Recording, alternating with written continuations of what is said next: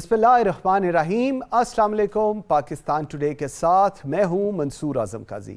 नाज़रीन, निगरान हुकूमत की जानिब से पेट्रोल की कीमत में 14 रुपये 91 पैसे लीटर जबकि डीजल की कीमत में 18 रुपये 44 पैसे फ़ी लीटर इजाफा किया गया है, जिसके बाद पेट्रोल की नई कीमत 305 रुपये 36 पैसे फ़ी लीटर जबकि डीजल की नई कीमत 311 रुपये 84 पैसे फ़ी लीटर मुकर्रर की गई है। इस तरह तारीख में पहली बार फ़ी लीटर पेट्रोल और डीजल की कीमत भी 300 रुपये से ऊपर चली गई है, जबकि oil and gas regulatory authority OGRA ने तेल की कीमतों में इजाफे के बाद एलपीजी की कीमत में भी इजाफा कर दिया है, जिसके बाद फ़ी किलो एलपीजी 38 रुपये 97 पैसे महंगी हो गई है। ऑगरा नोटिफिकेशन के मुताबिक फ़ी किलो एलपीजी की नई कीमत 240 रुपये 12 पैसे मुकर्रर की गई है, जबकि इस इजाफे के बाद एलपीजी के 11.8 किलो का घरेलू सिलेंडर 459 रुपीज़ और 85 पैसे महंगा होकर 2,833 रुपये 49 पैसे हो गया है।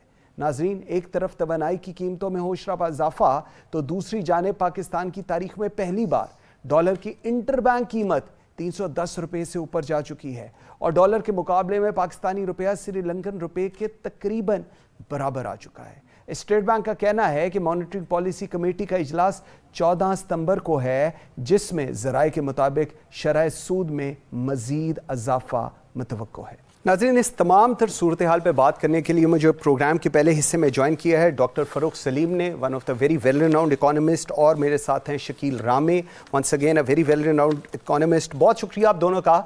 Doctor Farrukh Saleem, let me start with you.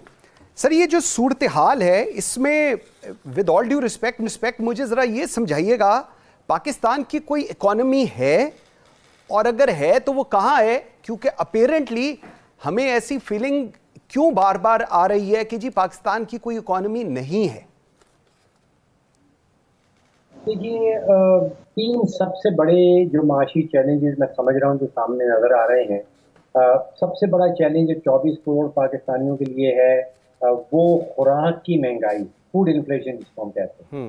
दूसरा इशू जो आ रहा है वो बिजली के बिलों का आ रहा है, उसकी अफोर्डेबिलिटी का आ रहा है, और तीसरा डिप्रिशिएशन है, जिस तेजी से रुपया जो है वो गिर रहा है। ठीक, आपने मीशत का जिक्र किया। देखिए, पिछले कई सालों से जो माशी फैसला साजी है इस मुल्क के अंदर, वो सियासी एजेंडों की बुनियाद पे की जा रही है। ट्रू। और उसके नताइज आज आपके और मेरे हम सबके सामने हैं, जबकि आप सवाल उठाने पे मजबूर हो रहे हैं कि क्या पाकिस्तान की कोई मईशत है भी या नहीं। तो दुरुस्त कह रहे हैं, मईशत सीरियसली सियासी एजेंडों की बुनियाद पे चलाई जा रही है और ये कोई अब की बात नहीं। कम से कम 2008 के बाद जितनी भी हुकूमतें आई हैं 2008 और 2023 के दरमियान, उसमें माशी फैसला साजी जो है वो बड़ी हद तक सियासी बुनियादों के ऊपर, सियासी असर रसूख के ऊपर, सियासी एजेंडों के ऊपर चलाई गई और उसका मईशत को बहुत बड़ा नुकसान पहुंचा है। आप अंदाजा कीजिए, अरब $8 का नुकसान होता है जब माशी फैसले जो हैं वो सियासी एजेंडों की बुनियाद पे किए जाते हैं। अगर आप चाहें मैं आपको पिछले साल 2 साल से जो रिसेंट एग्जाम्पल है वो आपके सामने रख सकता हूँ। ठीक, बिल्कुल सही, ऐसे ही है। मैं ज़रा अगर यही चीज़, ये जो आपने पॉइंट रेज किया बड़ा इंपॉर्टेंट है। रामे साहब, मुझे ज़रा समझाइएगा, जब आप माशी फैसले करते हैं सियासी बुनियादों पर और उसके बाद जब हम देखते हैं कि पाकिस्तान के अंदर से ड्रेन हो रहा है, लोग बाहर जा रहे हैं और उसके ऊपर जो हुकूमत का मौक़िफ़ है कि जी जा रहे हैं वहाँ पर जॉब्स मिल रही होंगी, और यहाँ तक कहा जाता है कि जी शायद मुल्क को मीडियोकर माइंडसेट की ज़रूरत है और मीडियोकर माइंडसेट ही पाकिस्तान को रन करना चाहिए। ये कि इसको आप किस तरह फिर कनेक्ट करते हैं जब आप एक इकोनॉमी की बात कर रहे हैं, आप 24-25 करोड़ अवाम की बात कर रहे हैं, लोग किस चीज को क्या समझे इस पूरी सिचुएशन से? देखें, जो मेरी ज़ाती राय है उसके मुताबिक हमारे फैसले सियासी लिहाज से नहीं, ज़ाती लिहाज से होते हैं। ट्रू। जितनी भी ये आप जिनको आप यानी कि सियासी जमातें कहते हैं, ये पब्लिक लिमिटेड कंपनीज है कि जिस किसी को भी एक कागज़ पे लिख के आप जो है उसको आगे ट्रांसफ़र कर देते हैं, तो सियासी जमातें ऐसे नहीं होती। और दूसरी बात यह है कि जितने भी डिसीजन हुए हैं, ये मुझे क्या मिलेगा, मेरे दोस्तों को क्या मिलेगा, उनके रिश्तेदारों को क्या मिलेगा, ये ऐसे डिसीजन हुए हैं। तो इसको मैं तो सियासी नहीं कहता, इसको मैं ज़ाती कहता हूँ, इसको सेल्फिश खुदगर्जाना फैसले कहता हूँ जिसकी बेसिस पे मुल्क इस हाल में पहुंचा है। दूसरी जो अहम चीज़ है, हम जब इकानमी की बात करते हैं, क्यों लोग भाग रहे हैं, सारा हमारा इकोनॉमिक स्टेटस तो बहुत लो है, मगर जब भी हम बात करते हैं, हम पैच वर्क की बात करते हैं, फंडामेंटल्स की बात नहीं करते। मतलब अभी जो करंट क्राइसिस हैं, दो जो क्राइसिस की बात हो रही है, एक तो डॉलर प्राइस की, ये कैसे क्रिएट हुआ? जब हमने इसको बिल्कुल मार्केट के रहमो करम पे छोड़ दिया। पिछली गवर्नमेंट जो पीटीआई की थी, उन्होंने जो स्टेट बैंक को फ्री कर दिया, सारा कुछ कर दिया। भाई ये जो होती हैं हरकतें, वो मुल्क करते हैं जिनकी इकानमी बहुत स्ट्रांग होती है, जिनकी जो मनी है वो बहुत स्ट्रांग होती है। हमने के बगैर सोचे समझे कर दिया। फिर बिजली की प्राइसेस की बात करें, अभी दो चीज़ें चल रही ना बिजनेस के क्राइसिस पे, कि ये आप बचत करें या सोलर पे चल जाए। आपको हर जगह ये बात समझने में आ रही होगी, मगर मेरा ख्याल करते दोनों चीज़ें नहीं होंगी। क्यों? अगर आप बचत भी कर लें, आपने तो IPPs पे वो लगाए हुए ना, महादेव कैपेसिटी पे पेमेंट करनी है, आप जितनी मर्जी बचत करें, उनको तो उतनी की उतनी ही पेमेंट करनी है और गवर्नमेंट ने आपसे ही निकालनी है, आप चाहे बिजली खर्च करें या ना करें। दूसरी जो सोलर की बात कर रहे हैं, अगेन वही बात, जब लोग सोलर पे चल जाएंगे तो गवर्नमेंट कैपेसिटी पेमेंट के चार्ज कहाँ से पेमेंट करेगी? लोगों से निकालनी है। मुझे तो अब ये लगता है कि आने वाले दिनों में या तो सोलर पे टैक्स लगेगा, या फिर प्राइसेस और बढ़ेंगी इलेक्ट्रिसिटी की, या सोचिए ना हो कि सोलर को ही बंद कर दें। क्योंकि असल इशू जो हमारा, मैं कहता हूँ फंडामेंटल इशू, वो ये है कि IPPs का जो कैपेसिटी चार्जेस है उसको कैसे टैकल करना है, उसकी तरफ कोई ध्यान नहीं है। बाकी जो हो रहा है, हम रिफॉर्म्स के नाम पे पैच वर्क पे लगे हुए हैं, अल्लाह खैर सलाह, सारा एक दूसरे को बेवकूफ़ बना रहे हैं और सब भाग रहे हैं। अच्छा, लेकिन अगर डॉक्टर साहब, डॉक्टर फ़ारूक, अगर ये हम पूरे सिनेरियो की, आप सब लोग बरमला इसका इजहार करते हैं, हम लोग टॉक शोज़ में बात करते हैं, और उसके बाद हम देखते हैं कि जिस तरह रुपये डिवैल्यू हो रहा है, जिस तरह बिजली के बिल आ रहे हैं, लोग दे नहीं पा रहे हैं, लोगों की कैपेसिटी नहीं है ना देने की। आपके पूरे मुल्क में 90% की इनकम लाख से नीचे है, तो सर फिर इसका वे आउट कौन निकालेगा, कब निकालेगा? क्योंकि एक ऐसे बंद गली में आके सारे खड़े हो गए हैं कि अब समझ ही नहीं आ रही आगे जाना कहाँ है और करना क्या है। कोई वे आउट है इस वक्त या नहीं है? दो तीन सवाल इकट्ठे किए हैं आपने। देखिए, पहली बात तो आपकी दुरुस्त है। मैं जो मेरे साथ लोग काम करते हैं, अगर उनसे आप उनकी तनख्वाहें पूछें और बिजली का बिल पूछें, तो 30,000 तनख्वाह है, 9,000 बिजली का बिल आ गया है, 40,000 तनख्वाह है, 15,000 रुपया बिजली का बिल आ गया है। आप सोचिए कि अगर आपकी तनख्वाह का, आपकी आमदन का 30%, 35% जो है वो बिजली के बिल में जाना है, तो उसके बाद के अभी 100 अखराजात और बाकी हैं। बिल्कुल ठीक। मतलब दुनिया में कोई मुल्क आपको शायद नहीं मिलेगा जहां पे आपकी आमदन का 30-35% जो है वो सिर्फ बिजली के बिल में चला जाए। अब नेक्स्ट आपका सवाल तो ये था कि इसको दुरुस्त कौन करेगा, क्या इसका कोई सोल्यूशन है?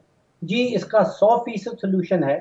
इसको दुरुस्त किसने करना है उसका जवाब मेरे पास नहीं है। सोल्यूशन देखिए, अगर आज आप अपना बिजली का बिल उठा के देखें तो यकीन कीजिए उसको बिजली का बिल कहना गलत है। उसमें बिजली का बिल नहीं है। उसमें बिजली का बिल जो है, वो जो खपत आपने जो कंजम्पशन की है वो तकरीबन 20% है।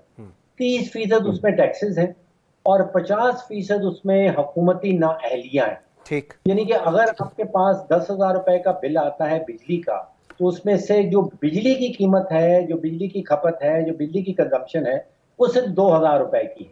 3,000 रुपए के टैक्सेस हैं और 5,000 रुपया गवर्नमेंट इनएफिशिएंसीज का बिल। तो इस बिजली के बिल को एक्चुअली हुकूमती नाअहलियों का बिल कहना चाहिए, ये बिजली का बिल नहीं है। क्योंकि बिजली का बिल अगर है, वो मैं समझता हूँ कि पाकिस्तान के जो 2 करोड़ बिजली के सार्फिन हैं, वो बिजली का बिल देने के लिए तैयार होंगे। वो तैयार भी होंगे, वो इस काबिल भी हैं, उनके पास इनकम भी है कि वो बिजली का बिल दे सकें। लेकिन वो जो बाकी 80% है जिसमें हुकूमती टैक्सेस हैं और जिसमें हुकूमत की नाअहलियां हैं, वो बिल देने के लिए किसी के पास अब ना तो कैपेसिटी बची है और ना ही मैं समझता हूँ कि कोई चाहता है। तो ना वहाँ बिल है और ना वहाँ कैपेसिटी बची। उसको दुरुस्त किसने करना है? Who will bell the cat? I don't know, मुझे कोई नजर नहीं आ रहा। हुकूमत तो नहीं हुकूमतें तो नहीं कर पाई। 2008 से 2023 तक जितनी हुकूमतें आई हैं, उन सब ने बिजली के शोबे में जो गंदगी थी उसमें अपनी गंदगी से इजाफा किया है, उसको दुरुस्त नहीं किया। ट्रू। अब निगरान हुकूमत है, निगरान हुकूमत के वजीर आज़म साहब ने कहा है कि ये बिजली वाला तो वैसे ही नॉन इशू है, वो तो इस प्रॉब्लम को रिकॉग्नाइज करने के लिए तैयार नहीं है। फिर बैठे IMF के इंतजार में। बिल्कुल ऐसे। अच्छा, लेकिन रामे साहब जो अभी बात कर रहे हैं डॉक्टर फ़ारूक सलीम साहब, वो बात आई 100% एंडोर्स इट सर अब अगर गवर्नमेंट की नाअहली है, चाहे वो जिस मर्जी हुकूमत की नाअहली हो, आज की हो, आज से 5 साल पुरानी हो, आज से 16 महीने पुरानी हो, लेकिन उसका खुमियाजा at the end of the day अवाम को भुगतना पड़ रहा है। And with all due respect, अवाम की कैपेसिटी खत्म हो चुकी हुई है मजीद बोझ उठाने से। इसका अब क्या करें? मेरे लिए अब सवाल नहीं है, मुझे बताएं अब करें क्या? देखें, इसमें जो भी बात कर रहे हैं आपने, उनसे फारूक साहब से सवाल पूछा कौन ठीक करेगा। पहले आप ये देखें क्या किसी में विल है ठीक करने की। अब इनसे किसी भी मसले का हाल पूछें आप, मसला मैं आप इनसे बात करें, ये पीआई नहीं चल रही, प्राइवेटाइज कर दो। रेलवे नहीं चल रही, प्राइवेटाइज कर दो। स्टील मिल नहीं चल रही, प्राइवेटाइज कर दो। आप जिस मसले का हल पूछें आपको स्टेट यही बताती है इसको प्राइवेटाइज कर दो। फिर मेरे पास में एक चीज़ आती है, अगर आप जो चीज़ नहीं चाह रही प्राइवेटाइज कर रहे हैं, बुरे हालात में है। हमारी जो हुकूमत है, गवर्नेंस है, दुनिया में बुरी तरीन गवर्नेंस में से एक गवर्नेंस है। कोई इंडिकेटर ठाक देखें, rule of law, corruption, everything सारी ख़राब है। तो फिर गवर्नमेंट को क्यों ना प्राइवेटाइज कर दें? किसी कंपनी को कहीं बिड करें, आके इसकी गवर्नमेंट ले लें पाकिस्तान की और उन्हें ठीक करके दे दे पाकिस्तान वापस। जिस तरह जो बाकी कंपनियों को प्राइवेटाइज कर रहे हैं, फिर गवर्नमेंट को भी कर दें। क्योंकि जितनी भी मसाइल है उनकी जो जड़ है या उनकी जो माँ है, वो तो आपकी बैड गवर्नेंस है, आपकी बैड गवर्नमेंट है, जिस वजह से सारे मसाइल पैदा हो रहे हैं। मेरी नज़र में अगर जो चीज़ अगर ठीक कर सकता है पाकिस्तान में, अभी जो हालात बन चुके हैं पाकिस्तान में, कम से कम कोई डेमोक्रेटिक गवर्नमेंट तो इसको हल नहीं कर सकती, और ना ही ये जो पाकिस्तान लिबरल सिस्टम है डेमोक्रेसी का, ये ऐसे इश्यूज़ को हल करता है। क्योंकि इसमें एक पार्टी की सर्वाइवल दूसरी पार्टी की फेलियर पे है। ठीक, अगर आज जो पार्टी हुकूमत में है, अपोजिशन कहना शुरू कर दे सब ठीक कर रही है, गवर्नमेंट आगे जा रही है, सब ठीक हो रहा है, तो कल उनको कौन वोट देगा? ट्रू। उसने तो ये साबित करना है कि इसको कामयाब नहीं होने देना, उसको जो भी होगा वो कामयाब नहीं होने देना। इस तरह जब गवर्नमेंट चेंज होती है तो ऐसे चलता रहता है, मगर इनके जो ज़ाती मफादात हैं वो कभी हिट नहीं होते। ट्रू। ये एक दूसरे को सपोर्ट करते रहते हैं, जो ज़ाती होते हैं। इस सारे सिनेरियो में जितना बड़ा बिगाड़ है, पाकिस्तान में आर्मी का एक इंस्टीट्यूशन है जो इसको किसी ज़्यादा हल कर सकता है, जो कि हमारे यहाँ वो भी नहीं अब करने का, क्योंकि वो भी उसमें भी अब बहुत सारी चीज़ें होती जा रही हैं। तो इस सिचुएशन में तो फिर अल्लाह हाफ़िज़ मुल्क, आप देखते हैं अल्लाह मियां क्या डिसाइड करते हैं, वेट करते हैं। लेकिन रामे साहब, मुझे थोड़ा सा मैं इस चीज़ को अगर आगे लेकर चलूँ, मुझे ज़रा ये बताइएगा, ये जो इंटरेस्ट रेट्स की बात हो रही है, किस % पे इस वक्त इंटरेस्ट रेट है, और कहा यह जा रहा है कि जी तकरीबन कोई 2 से 3% और बढ़ने लगा है। और इसको अगर मैं टैग अलाउंग करूँ IMF के व्यू के साथ कि जी जो आपकी इन्फ्लेशन है उतना ही आपका इंटरेस्ट रेट होना चाहिए, इसको आप फिर कैसे देख रही हैं? तो क्योस के ऊपर मजीद एक और क्योस आ जाएगा। देखिए, वेस्टर्न कंट्रीज़ हैं जो IMF जो फाइनेंशियल इंस्टीट्यूशन, एक फंडामेंटल चीज़ याद रखें, ये कभी किसी मुल्क में अच्छाई के लिए नहीं आते हैं या उस मुल्क की बेहतरी के लिए नहीं आते। ये अपना पैसा कमाने के लिए आते हैं, इनको पैसा चाहिए, वो कमाएंगे। फिर दूसरी जो चीज़ है, इनका जो फंडामेंटल है, ये वेस्टर्न हेजेमनी को कायम रखना है। अगर वेस्टर्न हेजेमनी को कहीं पर कोई प्रॉब्लम होगा तो तमाम इंस्टीट्यूशन आपके पीछे पड़ जाएंगे, चाहे आप IMF की बात करें, चाहे FATF की बात करें। FATF ने भी हमें पेनलाइज किया, क्यों? हमारे पास CPEC चल रहा है। अब आपको पता है अमेरिका कहता है CPEC से निकल जाओ, वर्ल्ड बैंक कहता है, IMF कहता है, जब उनकी बात नहीं सुनते वो एक से एक इंस्ट्रूमेंट हम पे अप्लाई कर रहे हैं। True.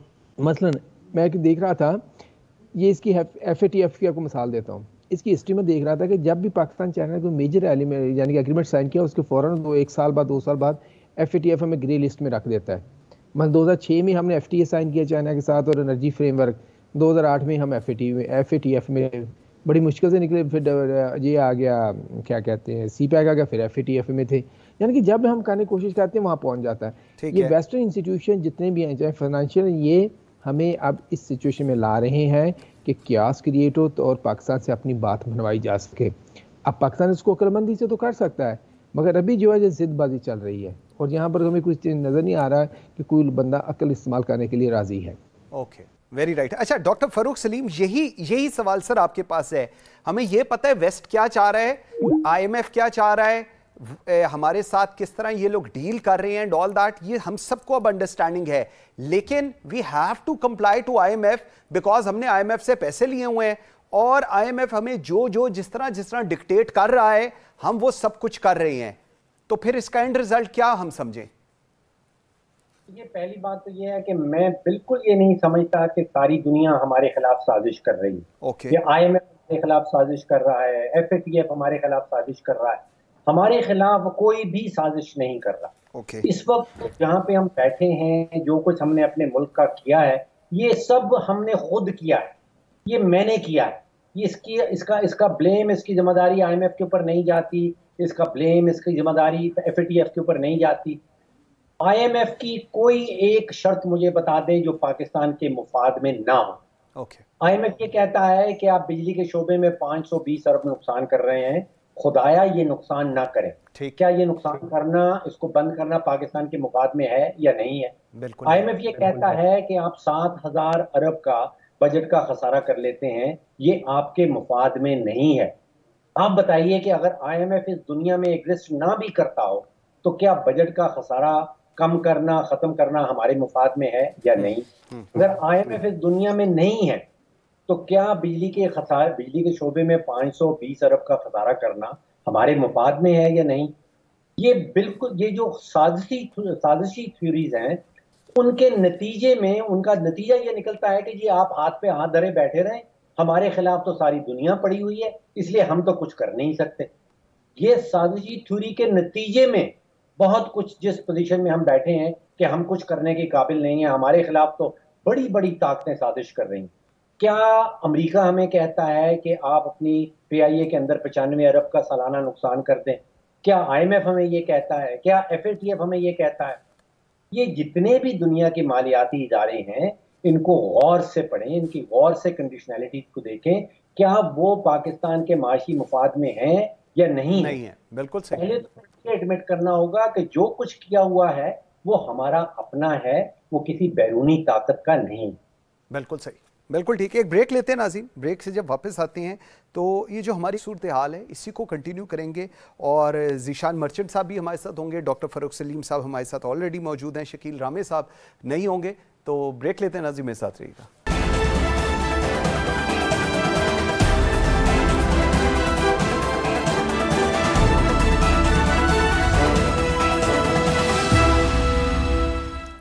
Welcome back after the break. जी नाज़रीन, मेरे साथ हैं ज़ीशान मर्चेंट साहब और डॉक्टर फ़ारूक सलीम हमारे साथ हैं। बहुत शुक्रिया वंस अगेन जी। ज़ीशान मर्चेंट साहब, ज़रा थोड़ा समझाएं हमें।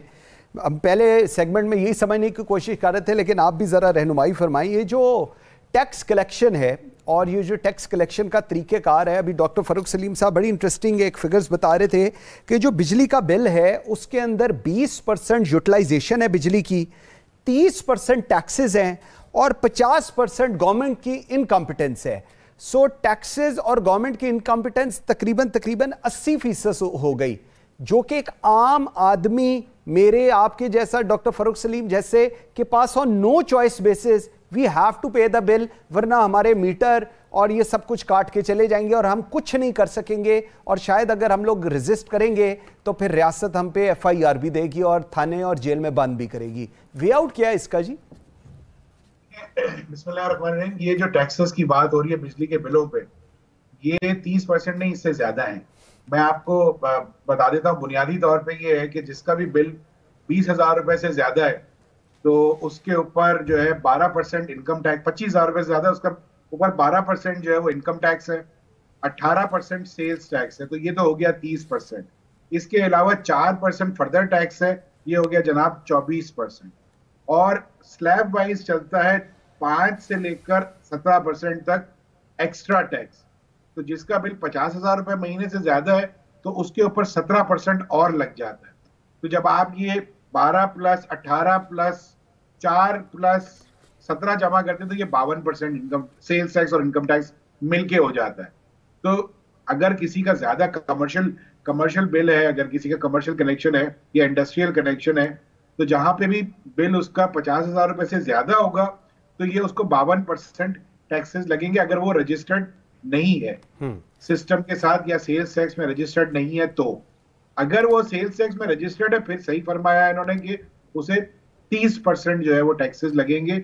और इसके अलावा जो है, अच्छा ये टैक्सेस, ये भी मैं बता दूं कि ये टैक्सेस आज नहीं लगे, ये आज से 1 महीना पहले भी थे, ये आज से 6 महीना पहले थे, ये आज से 1 साल पहले भी थे और ये आज से 2 साल पहले भी थे। तो ये टैक्सेस तो अपनी जगह वैसे के वैसे ही हैं, लेकिन चूंकि जो जैसे वो बताया कि जो गवर्नमेंट की जो नाअहली है, क्योंकि हमारे लाइन लॉसेस तकरीबन 20% लाइन लॉसेस है और 10% हम बिजली के बिल रिकवर नहीं कर सकते, तो 30% की नाअहली जो हमारी है और पर यूनिट कॉस्ट जो बढ़ गई है, चूंकि ये 30% ना आए लिए तो उसको भी पर यूनिट कॉस्ट में बढ़ाना पड़ता है, तो उस वजह से पर यूनिट कॉस्ट जैसे बढ़ी है तो उसके साथ साथ ये टैक्सेस का जो रेशो है वो बढ़ गया है।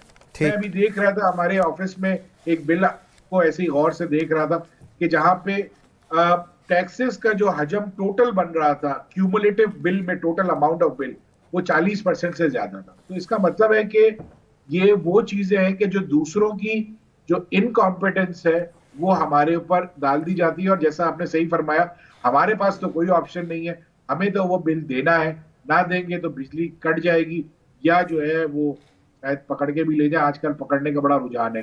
अब मसला ये है कि टैक्स कलेक्शन या जो टैक्सेस का जो इशू है वो क्यों गवर्नमेंट मजबूर है टैक्सेस लगाने पे। ये इनडायरेक्ट या रिग्रेसिव टैक्सेस इसको कहा जाता है। ये इनडायरेक्ट टैक्सेस क्यों लगाती है? चूंकि हमारा डायरेक्ट टैक्स कलेक्शन जो है वो नहीं होता। ठीक, आपने पिछले अरसे देखा होगा और सुना भी होगा और पढ़ा भी होगा यकीनन कि हमारा रिटेल सेक्टर टैक्स नहीं देता, नहीं दे रहा। ठीक, हम एग्रीकल्चर पे टैक्स कलेक्ट नहीं कर पाते, होलसेल सेक्टर टैक्स देता नहीं है, तो बचा हमारा इंपोर्टर जो टैक्स दे रहा है, जो रजिस्टर्ड मैन्युफैक्चरर है वो टैक्स दे रहा है, जो सर्विस इंडस्ट्री में लोग हैं वो कुछ टैक्स दे रहे हैं। तो ये अगर टैक्स जो कलेक्शन हो रही है पाकिस्तान में, जैसे पिछले साल 7,000 अरब की टैक्स कलेक्शन थी, और अगर आप उसको आबादी में डिवाइड करते हैं, तकरीबन आपकी आबादी का 1% या उससे थोड़ा सा ज्यादा लोग टैक्स दे रहे हैं, 1.2% ऑफ द पॉपुलेशन। ओके, मुझे क्वेश्चन ये है क्या इस पॉपुलेशन ऑफ टैक्स पेयर पे पाकिस्तान सरवाइव कर सकता है? वो नहीं कर सकता। बिल्कुल हमें एक अच्छा मुल्क बनने के लिए, यानी जो टैक्स टू जीडीपी की जब हम बात करते हैं, तो पॉपुलेशन का अगर 4 से 5% लोग टैक्स दें, तब आप ये कह सकते हैं कि हाँ आपके मुल्क का टैक्स टू जीडीपी रेशो ठीक है। वो 4 से 5% का मतलब ये है कि तकरीबन कोई 1,20,00,000 लोग आपका टैक्स दें पाकिस्तान में। तो डायरेक्ट टैक्सेस की मैं बात कर रहा हूँ, इनकम की अपने ऊपर टैक्स में बात कर रहा हूँ।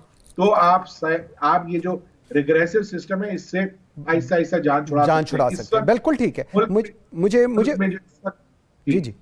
जरा ये पॉइंट डॉक्टर फरूख साहब के पास लेके जाने दे। डॉक्टर साहब, अब सूरत हाल ये है कि टैक्स नेट हम बढ़ा नहीं सकते, जो तगड़े माफिया हैं वो हमें टैक्स दे नहीं रहे, सो हमने उसका वे आउट ये निकाला कि हम इनडायरेक्ट टैक्सेस को इंक्रीज कर देंगे ताकि सारे टैक्सेस देने लग जाएं, चाहे उनकी कैपेसिटी है वो टैक्स देने की या नहीं है। एक इसका मुझे जरा क्लैरिटी दीजिएगा। और इसके साथ साथ फॉरेन एड की आजकल बड़ी बात होती है सर, बैंकों में ना month and, quarter and, year and के ऊपर विंडो ड्रेसिंग के लिए पैसे लाए जाते हैं ताकि दिखाई जा सके जी बुक्स हमारी बड़ी अच्छी हैं। पाकिस्तान की मैं बात कर रहा हूं, मैं किसी फाइनेंशियल इंस्टीट्यूशन की बात नहीं कर रहा। ये जो विंडो ड्रेसिंग के चक्कर में हम आजकल पड़ गए हैं, पैसे ले आओ, डॉलर्स आ गए, विंडो ड्रेसिंग कर दी, उनके ऊपर मार्कअप्स दे दिए एंड ऑल दैट, मुल्क ऐसे चलते हैं सर? चल सकता है ऐसा मुल्क? दो बातें आपने की हैं, एक तो बैंकिंग के हवाले से और पहली टैक्स के हवाले से। जी देखिए, मेरा नजरिया ये है कि पाकिस्तान का हर बच्चा, बूढ़ा, मर्द और औरत टैक्स देता है। ठीक, ये कहना कि पाकिस्तानी टैक्स नहीं देते, ये कहना कि पाकिस्तानी टैक्स चोर है, ये बिल्कुल गलत है। ये फैक्ट्स के ऊपर नहीं है। ओके, आपसे 12 साल पहले का बजट निकाल के आप देख लें, उसमें जो टैक्स का हद रखा गया था वो 1500 अरब का था, और इस बजट में आपने देखा कि जो टैक्स का हद है वो कोई 9,400 अरब का। जी बिल्कुल। तो टैक्स तो बहुत ही तेजी से बढ़ रहा है। 1500 अरब से 12 सालों में हम पहुंच गए हैं कहीं 9,500 अरब पे। ठीक, प्रॉब्लम टैक्सेस नहीं है, प्रॉब्लम हुकूमती इखराजात है। 12 साल पहले जब 1500 अरब का टैक्स का हद था तो उस वक्त हुकूमती इखराजात जो थे वो लगभग 2,000 सवा 2,000 अरब के थे। ठीक, जबकि वो टैक्स का हद से टैक्स की कलेक्शन पहुंच गई है 9,500 अरब पे। तो हुकूमत हमें ये बता रही है कि हुकूमती इखराजात आज से 12 साल पहले 2,000 अरब से पहुंच गए हैं 14,500 अरब पे। जिस रफ्तार से हुकूमती इखराजात बढ़ रहे हैं, दुनिया में किसी भी मुल्क के टैक्स के रेवेन्यूज इतनी तेजी से नहीं बढ़ सकते। आप पाकिस्तानियों का इस वक्त खून भी निचोड़ लें तो जो हुकूमती अखराजात हैं वो पूरे नहीं हो सकते। ट्रू। हमारा इशू जो है वो टैक्स कलेक्शन का नहीं है, देखिए, हम 8-9% टैक्स जीडीपी का कलेक्ट कर लेते हैं। बांग्लादेश 6-7% पे, वो इकोनॉमी ठीक चल रही है। ईरान में 6-7% से ऊपर नहीं जा रहा है मामला, ठीक, जीडीपी टैक्स कलेक्शन जो है। हमारा इशू हुकूमती अखराजात का है। जब तक हुकूमती अखराजात के ऊपर फोकस नहीं किया जाएगा, क्योंकि हुकूमत के कंट्रोल में हुकूमती अखराजात नहीं है, तो फिर वो ये नारा लगा देती है कि पाकिस्तानी टैक्स चोर है। मुझे बताइए कि पूरी दुनिया में कोई 193 ममालिक यूनाइटेड नेशंस के मेंबर्स हैं, आपने किसी सियासी क़यादत की जुबान से ये नारा सुना है कि हमारे मुल्क में लोग, शहरी जो है वो टैक्स चोर है? सिवाय पाकिस्तानियों के। टैक्सेस का इशू नहीं है।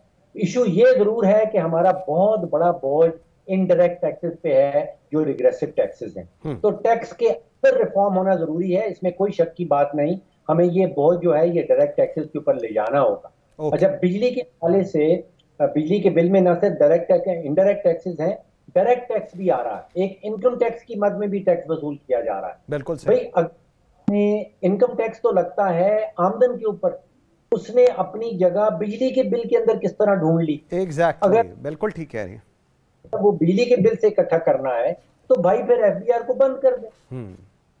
बिल्कुल सही। ज़ीशान साहब, जरा इस पे आपका भी, I really want to have your comment on that. ये जो टैक्स कलेक्शन का जो अभी जिन चीज़ों को हाईलाइट किया है, अलॉन्ग विद इट ये जो कॉस्मेटिक और विंडो ड्रेसिंग के ऊपर हम आजकल लग गए हैं, हर हुकूमत चाहे वो इलेक्टेड हो या इंटरम हो, ये तरीक़ेकार ठीक है किसी मुल्क को चलाने का, उस मुल्क की इकोनॉमी को चलाने का? मसला ये है कि हम चूंकि सच नहीं बोलते तो इस टाइप की चीजें हमें करनी पड़ती हैं। जब हम सच बोलना शुरू करेंगे तो लोगों को सही क्लियर पिक्चर दिखाना शुरू करेंगे। टैक्स चोरी का मसला ये है कि रिटेल सेक्टर जो है आपका टैक्स बिल्कुल नहीं देता, तब जाके ये रिग्रेसिव टैक्सेस, जो ये हम सेल्स टैक्स की बातें कर रहे हैं या इनडायरेक्ट टैक्सेस की बातें कर रहे हैं, ये रिग्रेसिव टैक्सेस है ना, ये अमीर और गरीब की तफरीक नहीं करता। तो इसलिए ये रिग्रेसिव टैक्सेस लगाना शुरू करें। अभी रिटेलर्स पे पिछले साल 3,000 रुपए टैक्स लगाने की मंथली बात की थी, जो ये वो चीज थी जो 2013-14 में एक मशवरा था, मैंने ही दिया था फेडरेशन के फोरम से और फाइनेंस मिनिस्टर साहब को दिया गया था, लेकिन उसको भी ट्रेडर्स ने रिजेक्ट कर दिया। ठीक, मसला ये है, ट्रेडर्स ये कहते हैं कि बिजली के बिल बढ़ गए जी, सेल्स टैक्स में रजिस्टर हो जाए, बिजली के बिल कम हो जाएंगे, क्योंकि जो फर्दर टैक्स और एक्स्ट्रा टैक्स लग रहा है वो आना खत्म हो जाएगा। बात ये है कि हम खुद से करना ही नहीं चाहते चीजों को ठीक। हम ये कहते हैं कि पहले कोई करे फिर हम करें, लेकिन हम ये नहीं देखते कि पहले हमें करना पड़ेगा। एज अ नेशन हमें अपनी रिस्पॉन्सिबिलिटी को पूरी करनी पड़ेगी, फिर सवाल करना पड़ेगा। हम सिर्फ सवाल करते हैं कि हम शटर डाउन कर देंगे और शटर डाउन करने के बाद हम बिजली के बिल नहीं देंगे। अरे भाई, उसमें तुम सेल्स टैक्स में रजिस्टर हो जाओ, अपनी प्रॉपर डिक्लेरेशन करो, तो तुम्हारे पे से वैसे ही 20% 30% टैक्स कम हो जाएगा, तो 30% बिजली का बिल कम हो जाएगा। तो ये जो आम आदमी के साथ हो रहा है, फिर ये क्या है ज़ीशान साहब? ये जो आम आदमी के साथ जो हो रहा है, आम आदमी के साथ होता क्या है? होता ये है कि चूंकि हम लोग एज अ मुल्क टैक्स नहीं दे रहे, या हमसे जबरदस्ती लिया जा रहा है, तो हम क्या करते हैं, बिजनेस क्या करता है, वो अपनी टैक्स को पास थ्रू कर देता है। आप जितना भी बिजनेसेस के ऊपर या ट्रेडर्स के ऊपर या रिटेलर्स के ऊपर टैक्स लगा दे, वो टैक्स आम कंज्यूमर के ऊपर पास कर देगा। वो अपनी कीमतें बढ़ा देगा, अपनी जेब से 1 रुपया नहीं देगा, और वो एक आम आदमी से जो उसे कंज्यूम करेगा वो उसके ऊपर लगा देगा। आप ये देखिए, खुदारा 180 रुपए किलो चीनी हो गई। ठीक, यानी चीनी हमने एक्स्ट्रा हमारी बनी इस साल प्रोड्यूस की, हमने एक्सपोर्ट कर दी। अब उसी चीनी को हम महंगी इंपोर्ट करने की बातें कर रहे हैं। तो हमारी तो प्लानिंग जो बात हो रही है ना, कि गवर्नमेंट की डिसीजन मेकिंग या जो गवर्नमेंट जो सोच रही है, वो पता नहीं उनको क्या पिक्चर दिखाई जाती है, उनसे भी जो है क्या क्या चीजें बताई नहीं जाती। वो डिसीजन गलत करते हैं, फिर उसी डिसीजन को रिवर्ट करते हैं। बिल्कुल ठीक। सवाल ये है कि जब तक हम चीजों को क्लियर पिक्चर और सच नहीं बोलेंगे, इस टाइप की परेशानियां आती रहेंगी। बिल्कुल सही। ठीक, एक गरीब आदमी। ठीक, ज़ीशान मिर्ज़ा साहब बहुत शुक्रिया जी, डॉक्टर फ़ारूक सलीम साहब बहुत शुक्रिया, शकील रामे साहब बहुत शुक्रिया। एक ब्रेक लेते हैं नाज़रीन, ब्रेक से वापस आते हैं तो मेरे साथ होंगे Shahzada Sultan, additional inspector general of police operations Punjab, और एक इनिशिएटिव मिसाक सेंटर। ये क्या है? माइनॉरिटी को जड़ावाला वाक़े के बाद ये सेंटर्स कायम किए गए, और specifically keeping in mind the minorities of Pakistan, ये क्या है, किस तरह चलना है, कौन मॉनिटर करेगा, किस लेवल पे मॉनिटरिंग होगी, आइन क्या कहता है माइनॉरिटीज़ को लेकर, इस सब पर बात करेंगे। और इसके अंदर ये जो एक इनिशिएटिव है, क्या ये कैपेसिटी है पंजाब पुलिस की, जिसकी एक रेपुटेशन बड़ी फ़र्क है कि वो सारे इनिशिएटिव को एंड टू एंड कामयाब कर सके, इस पर बात करेंगे। मेरे साथ रहिएगा।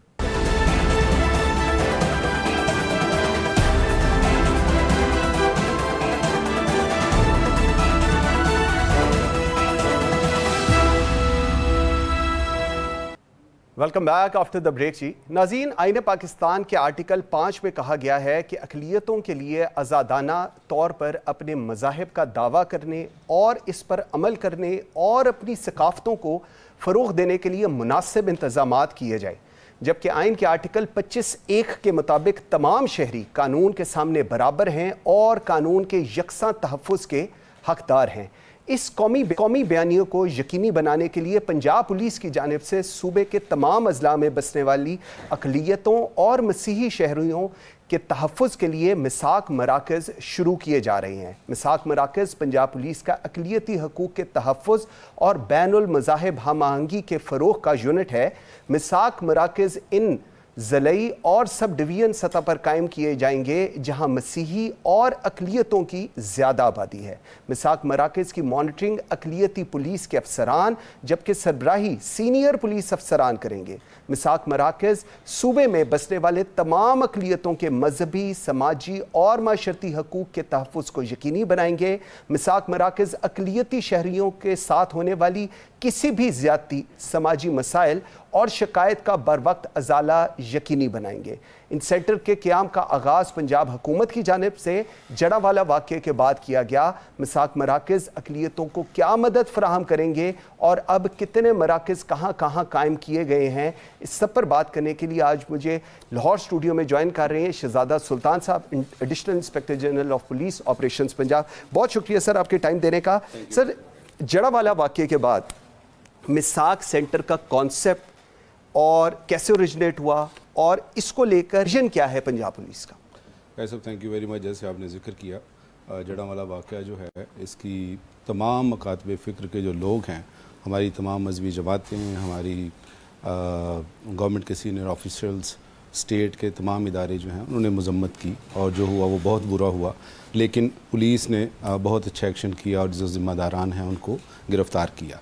लेकिन मेरा ये ख्याल है कि सिर्फ़ और सिर्फ जो है किसी जगह पे कोई इस तरह का जुल्म हो जाए और उसके बाद गिरफ़्तारियाँ, ये मसले का हल नहीं है। हमें एड्रेस करना है अक़लियतों के इश्यूज़ को। अक़लियतें जो हैं इस मुल्क के अंदर, वो अपने तहफ़्फ़ुज़ के लिए हमारे ऊपर, हम जो मेजॉरिटी में हैं अल्हम्दुलिल्लाह, जो मुसलमान हैं और पाकिस्तान एक मुस्लिम मेजॉरिटी कंट्री है, तो हमारी ये ज़िम्मेदारी है, हमारे फ़राइज़ में शामिल है कि हम उनको तहफ़्फ़ुज़ भी फ़राहम करें और आईने पाकिस्तान में जो हकूक़ उनको दिए हैं उनके तहफ़्फ़ुज़ को यकीनी बनाएं। इसी चीज़ को इंश्योर करने के लिए पंजाब पुलिस ने ये एक इनिशिएटिव लिया है, जिसमें हर इब्तदाई तौर पर हर ज़िले में हमने एक मिसाक सेंटर बनाया है। और जिसका आपने ज़िक्र किया कि वो जो मिसाक सेंटर है उसमें जो पुलिस ऑफिसर सर्व करेंगे वो प्रिफरेबली जहाँ पे अवेलेबल होंगे माइनॉरिटी कम्युनिटी के ऑफिसर्स होंगे, ASI, सब इंस्पेक्टर, इंस्पेक्टर जो भी वहाँ पोस्ट होंगे, या हमारी फ़ीमेल ऑफिसर्स होती हैं।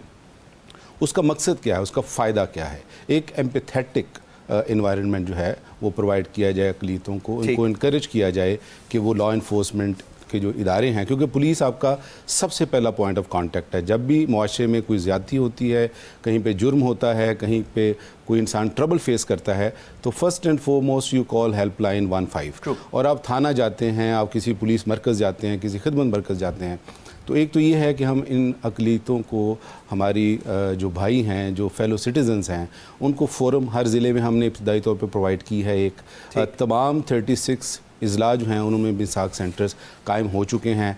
While we are speaking now more than 300 members of the community have been served, क्योंकि यहाँ पे हर मिसाक सेंटर के अंदर खिदमत मराकज़ की तमाम जो 18-19 फैसिलिटीज़ हैं वो भी मौजूद हैं, जिसमें आपकी क्लियरेंस सर्टिफिकेट है, आपका ड्राइविंग लाइसेंस है, आपकी FIR है, आपका मेडिकल सर्टिफिकेट है, तो वो तमाम सहूलतें मौजूद हैं।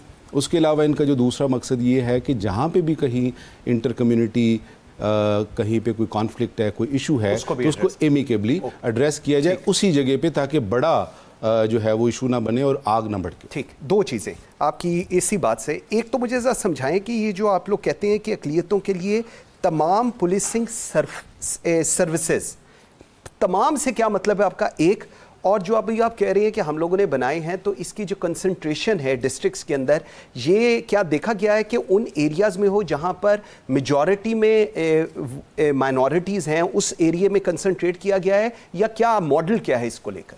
आपका जो सवाल है इसके दो हिस्से हैं।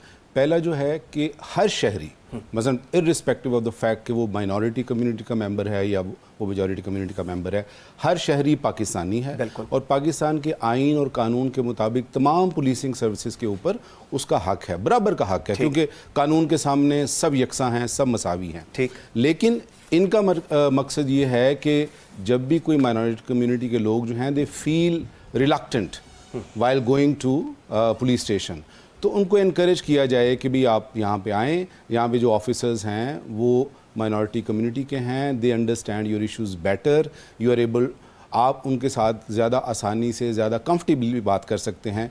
तो ये है कि एक तो इसका ये पर्पज़ है कि एक एम्पैथेटिक एनवायरनमेंट प्रोवाइड किया जाए।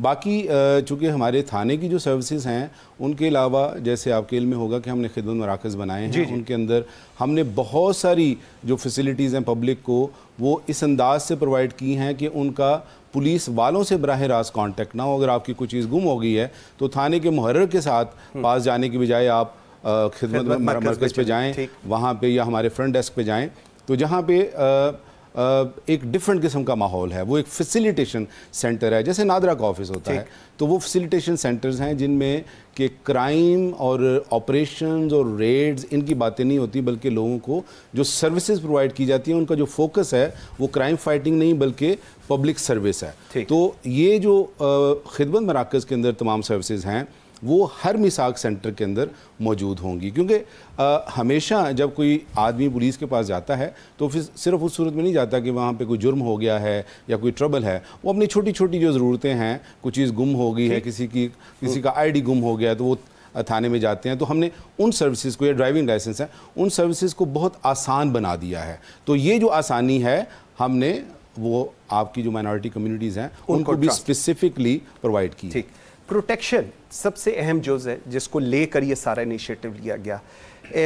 इन सेंटर्स में कैसे आप उस प्रोसेस को इंश्योर करेंगे? ये तो हमने सुना, मैंने बताया भी है, आप भी बताएं ज़रा कि वहाँ पर आप माइनॉरिटी के से ताल्लुक़ रखने वाले अफसरान को लगाएंगे एंड ऑल दैट, लेकिन इसका एंड टू एंड के प्रोटेक्शन, क्योंकि इनिशिएट वहाँ से होता है, इसको किस तरह इंश्योर करेंगे, किस लेवल के ऊपर? देखें, जो मिसाक सेंटर हैं, जैसे मैंने कहा कि अभी ये फर्स्ट स्टेप है, अभी तो हमने ये बीज बोया है, इसमें से जो बहुत सारी चीज़ें निकलेंगी इन्हीं मिसाक सेंटर्स के ज़ेर एहतमाम हम जो शऊर की बेदारी की एक पूरी मुहिम चलाएंगे, मुआशरे में, स्कूलों में, कॉलेजों में, यूनिवर्सिटीज़ में, जिनमें ये बात बावर कराई जाएगी कि क्यों अक़लियतें जो हैं उनका तहफ़्फ़ुज़ हमारे ऊपर फ़र्ज़ है, ये हमारे फेलो सिटीज़न्स हैं, और अगर किसी से कोई जुर्म सरजद होता है तो कानून के मुताबिक उसको सज़ा दी जाए, क्योंकि शिद्दत पसंदी मुआशरे में बहुत बढ़ गई है, नफ़रत बहुत बढ़ गई है। उस शिद्दत पसंदी को रोकने के लिए, उसका इलाज करने के लिए, उस नफ़रत को काबू में लाने के लिए बहुत ज़रूरी है कि हम मुफाहमत के की तरफ जाएं। तो ये जो मिसाक सेंटर्स हैं ये कॉन्फ्लिक्ट रेजोल्यूशन सेंटर्स के तौर पे भी काम करेंगे। अभी लोधरा में एक रिसेंटली वाक़या हुआ है, आपने मीडिया में देखा भी होगा कि पानी के ऊपर झगड़ा था, एक हमारे क्रिश्चियन सिटीज़न और एक मुस्लिम सिटीज़न के दरमियान, तो उसको वहाँ की पुलिस, जो किसान थे वहाँ पर, जो किसान थे, अब वहाँ पे मिसाक सेंटर में गए हैं और एमिकेबली उसको रिजॉल्व कर लिया गया है। हमने ये देखा है कि जो तशद्दुद पसंदी के वाक़यात होते हैं ये शुरू होते हैं ज़ाती रंजिश, दुश्मनी और इख्तलाफात से। ठीक, ए को बी से कोई शिकायत या रंजिश है, और अगर वो डिफरेंट कम्युनिटीज़ के हैं तो वो उसके मजहबी रंग दे देंगे और फिर वो शिद्दत पसंदी और नफ़रत की तरफ वो बात चली जाएगी। तो अगर इन इश्यूज़ को जो माइनॉरिटी कम्युनिटी और मेजॉरिटी कम्युनिटी के दरमियान हैं, इनको इनिशियल स्टेज के ऊपर सीनियर ऑफिसर्स की सुपरविजन में रिजॉल्व कर लिया जाए तो आपकी बहुत सारी शिद्दत पसंदी जो है वो ख़त्म हो जाएगी, और ये प्रोसेस जो है इसका आगाज़ हो गया है। बड़ी जो आपने दूसरी बात की कि जहाँ पे कंसंट्रेशन है माइनॉरिटीज़ की, जो नेक्स्ट स्टेप है वो ये है कि ये मिसाक सेंटर एक मिसाक सेंटर पर ज़िला पे हम नहीं रुकेंगे। हम उन तमाम एरियाज़ में जाएंगे जहाँ पे हमारी माइनॉरिटी कम्युनिटीज़ हैं, चाहे वो सिख हैं, चाहे वो हिंदू हैं, चाहे वो क्रिश्चियंस हैं, जहाँ पे उनकी अक्सरियत है, हम वहाँ पे स्पेशल उन डिविजन्स में और उन थानों में मिसाक सेंटर बनाएंगे ताकि इसका फ़ायदा भरपूर हो सके तमाम जो मेंबर्स हैं कम्युनिटी को। ठीक, अभी आप एक बात करें जो कि मेरे ख्याल में सबसे अहम चीज़ है, इशू जो शुरू होता है वो ज़ातियात से होता है। That is correct. उसको मजहब का रंग दिया जाता है और फिर पुरतशद्दद वाक़यात और ये सब कुछ होता है। इस शऊर को आपने कहा है कि आप लोगों ने उजागर करना है। एक तो है कि आपने वहाँ पर माइनॉरिटी रिलेटेड ऑफिसर्स लगा दिए, उसकी मॉनिटरिंग आप लोग कर लेंगे, आईजी ऑफिस में मॉनिटरिंग हो जाएंगी। शऊर किस तरह आप लोग डेवलप करेंगे, लोगों की अंडरस्टैंडिंग कैसे? देखिए, लोगों की अंडरस्टैंडिंग, बच्चा जो होता है ना, इंसान का बच्चा, वो तरबियत का मरहून मिन्नत होता है। आप अपने बच्चे की जैसी तरबियत करेंगे, उसका जो कंडक्ट है, उसका जो कैरेक्टर है, वैसा ही बनेगा। हमारी जो पब्लिक है, हमारे जो शहरी हैं, ये भी रियासत के बच्चे हैं, ठीक, इनकी भी तरबियत की ज़रूरत है। अगर आप इनकी तरबियत नफ़रत पे करेंगे तो ये नफ़रत और शिद्दत पसंदी की तरफ जाएंगे। अगर आप इनकी तरबियत मोहब्बत, रवादारी और मुसावात की वैल्यूज़ के साथ करेंगे तो इनके अंदर रवादारी, मुसावात और मोहब्बत के जज्बात जो हैं वो पैदा होंगे। तो जैसे मैंने कहा कि हमारा जो प्लान है, ना सिर्फ सोशल मीडिया और इलेक्ट्रॉनिक मीडिया, इसके अलावा हम कम्युनिटी इंगेजमेंट के साथ कम्युनिटी ग्रुप्स में, बस्तियों में, महल्लों में, जहाँ पे माइनॉरिटी कम्युनिटीज़ हैं, उनके चर्चेज़ में, हमारी मसाजिद में और हमारे स्कूलों में, हमारे कॉलेजेस में, हमारी यूनिवर्सिटीज़ में ये सारा जो शऊर की बेदारी की एक मुहिम है वो इंशाल्लाह पंजाब पुलिस लॉन्च करेगी। क्योंकि इस नफ़रत को हमने रोकना है, इस आग को हमने फैलने नहीं देना, वरना ये हमें खाकस्तर कर देगी। और ये जो सारा प्लान है, इसके पीछे ना सिर्फ पूरी पंजाब पुलिस बल्कि हर ज़िले की जो पूरी नफरी है, ताकत है, वो मौजूद है। और ये सिर्फ पुलिस वाले नहीं करेंगे, इसमें पब्लिक की इन्वॉल्वमेंट भी होगी। हमारे तमाम मकातिब फ़िक्र के उलमा जो कि मुफाहमत, रवादारी और मोहब्बत में यकीन रखते हैं, उनको, और हमारी तमाम माइनॉरिटी कम्युनिटी के जो मेंबरान हैं, उनको हम साथ लेके चलेंगे। क्योंकि हमने मिलजुल के इस मुल्क में रहना है। हमारी बका की ज़मानत ही हमारा मिलजुल के रहना है। ठीक, लास्ट मुझे ज़रा बताइएगा, आप अभी बात करें इंटरफेथ हार्मनी की, एजुकेशनल सिस्टम्स की, इन सारों को, शाहद साहब ये कोई छोटा इनिशिएटिव नहीं है। अगर आप इसको in true letter in spirit देखें, पाकिस्तान के सबसे बड़ा सूबा पंजाब, सबसे ज़्यादा आबादी इधर, इसको डिस्ट्रिक्ट लेवल के ऊपर, गांव तहसील के लेवल के ऊपर ट्रांसलेट करना एक खुद एक बहुत बड़ा चैलेंज है। क्या आप लोग इक्विप्ड हैं इतने? टोटल 2-2.25 लाख की आपकी नफरी है, आप लोग क्राइम को रोकेंगे या आप लोग अब ये एक नए इनिशिएटिव पे काम करेंगे? आपने बड़ी अच्छी बात की मंसूर।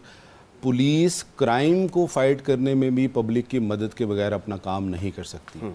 इसमें भी हमें ऐसा कोई दावा नहीं है कि हम सिर्फ पुलिस ऑफिसर जो हैं इन तमाम मसाइल को हल कर लेंगे।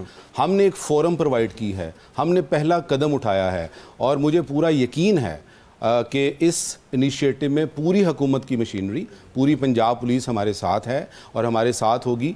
हम इसमें फर्दर इनिशिएटिव जो लेने जा रहे हैं वो हम मिसाक काउंसिल्स बनाएंगे इंशाल्लाह डिस्ट्रिक्ट के लेवल पे, ठीक, जिसके अंदर तमाम मकातिब फ़िक्र के उलमा होंगे, माइनॉरिटी कम्युनिटीज़ के मेंबर होंगे, हर डिस्ट्रिक्ट में बनेंगी। फिर हमारा विजन ये है कि हम प्रोविंशियल लेवल के ऊपर एक मिसाक काउंसिल बनाएं जिसको पूरी हुकूमत के तमाम इदारों की मदद हासिल हो। तो ये जो काम है, ये जो नफ़रत को मोहब्बत में बदलने वाला जो काम है, शिद्दत पसंदी को जो कम करने वाला काम है, ये किसी एक इदारे के बस का काम नहीं है। इसमें तमाम हुकूमत के इदारे शामिल होंगे इंशाअल्लाह और पब्लिक की मदद के साथ हम ये करेंगे। हम ये दावा नहीं करते कि हम इतने चैम्पियन हैं कि हम अकेले ये कर लेंगे। ये आपकी मदद के बगैर नहीं हो सकता, ये मीडिया की मदद के बगैर नहीं हो सकता। We need every individual citizens help in order to achieve the objective. और ऑब्जेक्टिव क्या है? आइन की हुक्मरानी और हमारे खुदा का जो हुक्म है और हमारे नबी पाक सल्लल्लाहु अलैहि वसल्लम की जो सुन्नत है कि उन्होंने मिसाक, ये जो मिसाक का कॉन्सेप्ट है, ये मिसाक मदीना से लिया गया है। क्योंकि हम जिस आका को मानने वाले हैं उन्होंने अक़लियतों के साथ अच्छा सलूक किया है, उनके साथ मोहब्बत की है। वो रहमतुल्लिल आलमीन थे, वो एक मौल्लिम थे। तो हमने उनकी तालीम को और उनकी रहमत को आगे लेके चलना है और तहफ़्फ़ुज़ फ़राहम करना है उन तमाम तबकों को जो इस मुआशरे में कमज़ोर हैं, तादाद में कम हैं और अपना तहफ़्फ़ुज़ नहीं कर सकते, उनके तहफ़्फ़ुज़ की जिम्मेदारी आप पर और मुझ पर और इस मुल्क के तमाम शहरियों पर। बिल्कुल ठीक है। शहजाद सुल्तान साहब, thank you very much ji, बहुत शुक्रिया आपके टाइम देने का। At the end of the programme ऐसा इनिशिएटिव जिसको सुनकर, जिस पर बात करके एटलीस्ट मुझे तो ज़रूर ये फील हुआ है कि हमें इस इनिशिएटिव के अंदर पंजाब पुलिस की, पंजाब हुकूमत की पूरी सपोर्ट करनी चाहिए, क्योंकि अगर पाकिस्तान के अंदर माइनॉरिटीज़ अपने आप को सिक्योर और सेफ़ फील करें तो मेरे ख्याल में पाकिस्तान के बनने का मकसद पूरा होता है। नाज़रीन, मुझे मंसूर आज़म काजी को दीजिए इजाज़त। अल्लाह हाफ़िज़।